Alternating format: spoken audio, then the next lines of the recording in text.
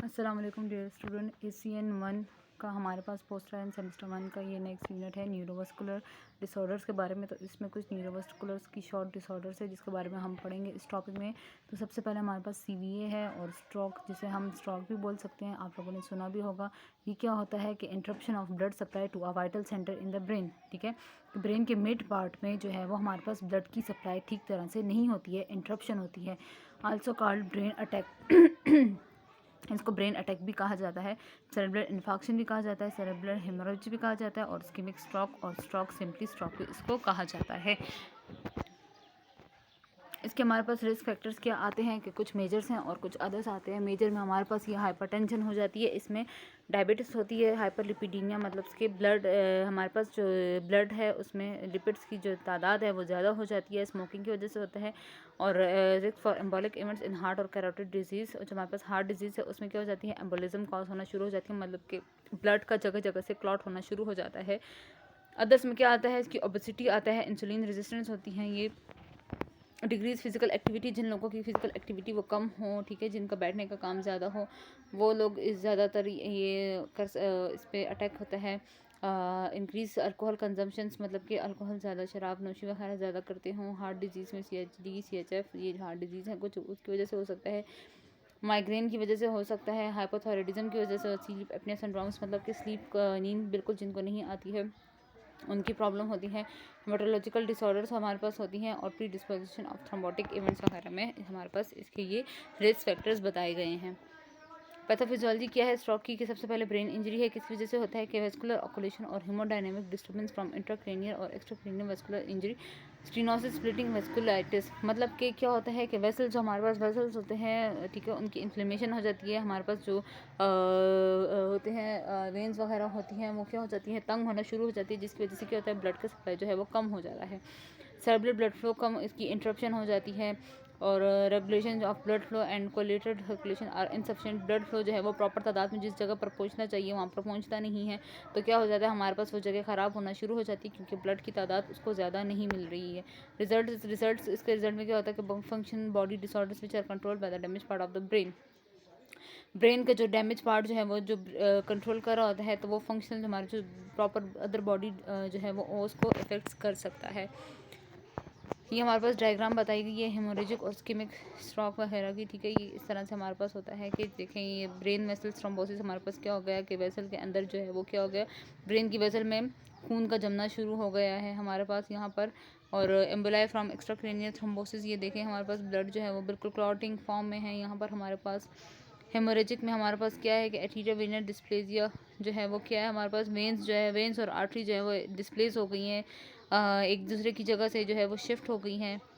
ये हमारे पास हेमोरेजिक और इस्केमिक जो है वो एक डायग्राम है। बट इस मेनिंजाइटिस क्या है, अब हमारे पास meningitis is an inflammation of the meninges.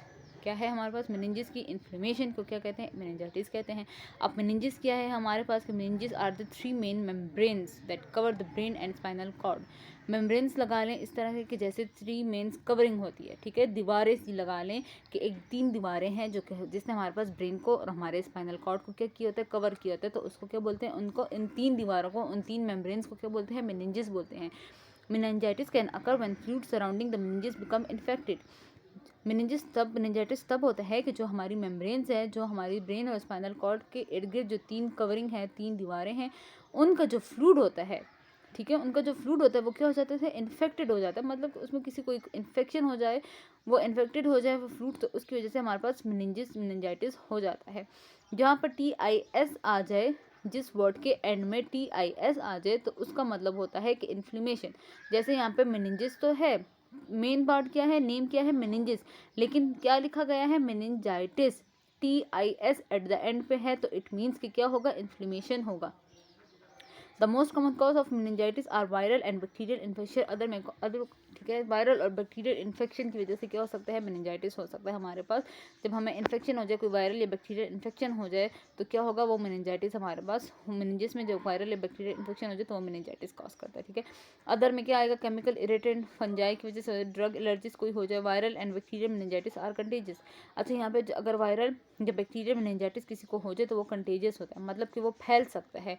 किस तरह से फैल फैल सकता है कि स्कफिंग, स्नीजिंग और क्लोज कॉन्टैक्ट, किसी पेशेंट के साथ, किसी बंदे के साथ आपको क्लोज कॉन्टैक्ट हो या वो खांसे या छींके, तो उसके ड्रॉपलेट्स के थ्रू जो है वो आपको क्या हो सकता है, आप भी इफेक्टेड हो सकते हो। ठीक है, तो वायरल और बैक्टीरियल मेनिंजाइटिस क्या हो सकते हैं, वो कंटेजियस है हमारे पास।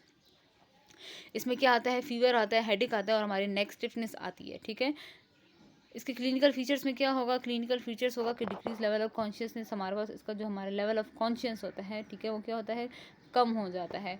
Nausea, vomiting, photophobia common. ठीक है, नोजिया होती है, वॉमिटिंग होती है, दिल का ख़राब होता है, उल्टी आती है, फोटोफोबिया लाइट से जो है वो डर लगता है, ये हमारे पास कॉमन कॉज है।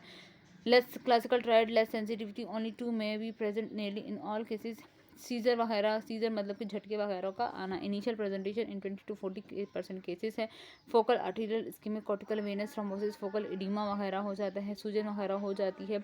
GTCS, hyponatremia, anoxia, high dose penicillin वगैरह। रेस्ट ICP, इंट्राक्रेनियल प्रेशर जब हमारे 90% तक होगा, उसका प्रेशर CSF का कितना प्रेशर, सेरेब्रल फ्लूइड का कितना प्रेशर होगा, 180 mmHg होगा हमारे पास, 20 to 40% होगा। रैश ऑफ मेनिंगोकोकीमिया, डिफ्यूज पेटिचर, हमारे पास ये सारा कुछ इसके फीचर्स में आता है। हेडिक क्या है, हेडिक हमारे पास क्या है कि symptom of pain anywhere in the region of the head. ठीक है, हेडिक क्या है हमारे पास के पेन है जो हमारे सर के किसी भी रीजन में, हमारे जो हेड है उसके किसी भी रीजन में अचानक से सडनली पेन स्टार्ट हो जाए, उसको हम क्या बोलते हैं, उसको हेडिक बोलते हैं। अब हेडिक तो है, लेकिन हमारे पास यहाँ पर आ गई है टाइप ऑफ हेडिक्स के। हेडिक्स भी कितने टाइप्स के हैं, हम कहते हैं हमें सर में दर्द हो रहा है, लेकिन सर में दर्द होने की भी एक अलग एग्जाम है। ठीक है, किस में है, तो कितनी टाइप्स की आती हैं कि सबसे पहले हमारे पास क्या आ गया, सबसे पहले यहाँ पर लिखा हुआ है टेंशन हेडिक। टेंशन हेडिक क्या है कि माइल्ड टू मॉडरेट डल और एचिंग पेन। यहाँ पे जैसे डायग्राम में बताया गया कि आपके फोरहेड जो है, आपका माथा जो है, उस पर ये रेड जो किया गया, तो इसको क्या होगा, ये टेंशन हेडेक होगा।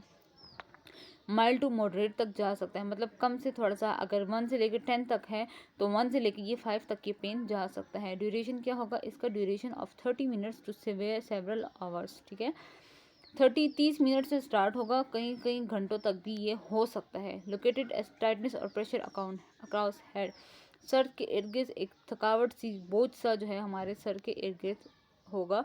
नो नोजिया और वॉमिटिंग, लेकिन इसमें क्या होगा, टेंशन हेडेक में हमारे पास ना तो हमें नोजिया फील होगा, ना ही हमें वॉमिटिंग फील होगा। नोजिया का मतलब पता है कि दिल का खराब होना, जैसे हम कहते हैं मेरा दिल खराब हो रहा है, इट मीन्स उसे नोजिया हो रहा है। लेकिन अगर कोई बंदा उल्टी कर दे तो उसको वॉमिटिंग बोलते हैं। ठीक है, तो टेंशन हेडेक में ना तो हमें नोजिया होगा, ना हमें वॉमिटिंग होगा। ये होगा 30 मिनट से लेके ये सेवरल घंटों तक जो है वो हो सकता है, और हमारे सर के इर्द गिर्द क्या होगा, एक बोझ सा फील होगा हमें। फिर हमारे पास आता है क्लस्टर हेडेक। क्लस्टर हेडेक क्या आ गया कि सिवियर पेन। अब इसमें सिवियर पेन आ सकता है, मतलब अगर 1 to 10 है तो हमने पहले को 1 to 5 दिया, लेकिन अब 5 से 10 उसको देना पड़ेगा, क्योंकि ये सिवियर पेन है। ड्यूरेशन इसकी क्या होगी, 30 मिनट से लेकर 3 घंटों तक ये पेन लगातार ये हो सकता है हमें। May happen multiple times in a day for months. ठीक है, क्या होगा कि महीनों तक ये हमें होगा, लेकिन दिन में हमें किसी भी टाइम, किसी भी वक्त, दिन को या रात को, हमें ये अचानक से पेन स्टार्ट हो सकता है। इसका कोई प्रॉपर टाइम नहीं होगा, किसी भी वक्त बस ये पेन आपको अटैक कर सकता है। Located 1 side of head, focus at eye. ठीक है, जैसे डायग्राम में बताया गया है कि एक साइड पर है और आंख के ऊपर ये रेड बताया गया है स्पॉट, मतलब कि इसका क्या है कि इसका मेन टारगेट क्या होगा, हमारी आंख होगा। हेड के दोनों साइडों पे जो है, हमारी किसी भी साइड पर, किसी एक साइड पर ये स्टार्ट होगा, उसका मेन फोकस किस पे होगा, हमारी आंख पर होगा। पेन डिस्क्राइबेबल एज शार्प और स्टैबिंग। ठीक है, क्या होगा, पेन को हम किस तरह से डिस्क्राइब करेंगे कि शार्प पेन होगा। मीन्स के पहले ही बता दिया गया है कि सिवियर पेन होगा, मतलब कि बहुत तेज पेन हमें होगा। May be accompanied bye running nose, tears and dropping eyelids often only on 1 side. जो हमारे पास आंख का एक साइड होगा, ठीक है, जिधर हमें पेन हो रहा होगा, वो क्या होगा, उसे उसके साथ हमें क्या होगा, आंखों से आंसू आएंगे, हमारी आंखें भरी हुई होंगी। रनी नोज होगा, उसके साथ साथ हमारा क्या होगा, हमारा नाक से भी पानी जा रहा होगा। फिर हमारे पास आ जाता है माइग्रेन हेडेक। अब ये माइग्रेन हेडेक क्या है, मॉडरेट टू सीवियर पेन। ठीक है, ये भी मॉडरेट से मतलब 5 to 10 तक इसको हम काउंट कर सकते हैं। ड्यूरेशन इसकी कितनी होगी, 4 घंटे से लेके 3 दिन तक। ठीक है, ये 4 घंटे से लेके 3 दिन तक, अगर 4 घंटे में ठीक ना हुआ तो इट मीन्स कि ये 3 दिन तक इसका पेन होगा। Periodic occurrence months two year. ठीक है, पीरियोडिक अकर इसका क्या बताया गया है कि महीनों से कई सालों तक ये पेन हो सकता है, मतलब कि ये पेन हमारे साथ चिपका रहेगा, मंथ से लेके कई साल तक ये पेन कहीं भी अचानक भी हमें अटैक कर लेगा। लोकेटेड ऑन 1 और both sides of the head. ये क्या होगा कि सर के किसी एक हिस्से में हो, पूरे सर के किसी एक हिस्से में होगा, या कभी कभार दोनों साइड्स को ये क्या करता है, इफेक्ट करता है।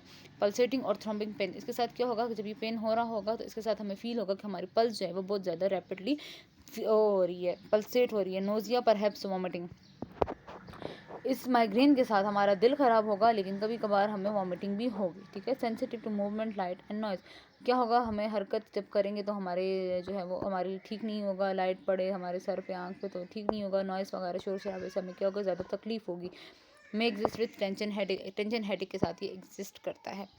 इसकी पैथोफिजियोलॉजी क्या है? इसकी पैथोफिजियोलॉजी क्या है कि the exact mechanisms which cause migraines, tension headache and cluster headache are not known, ठीक है।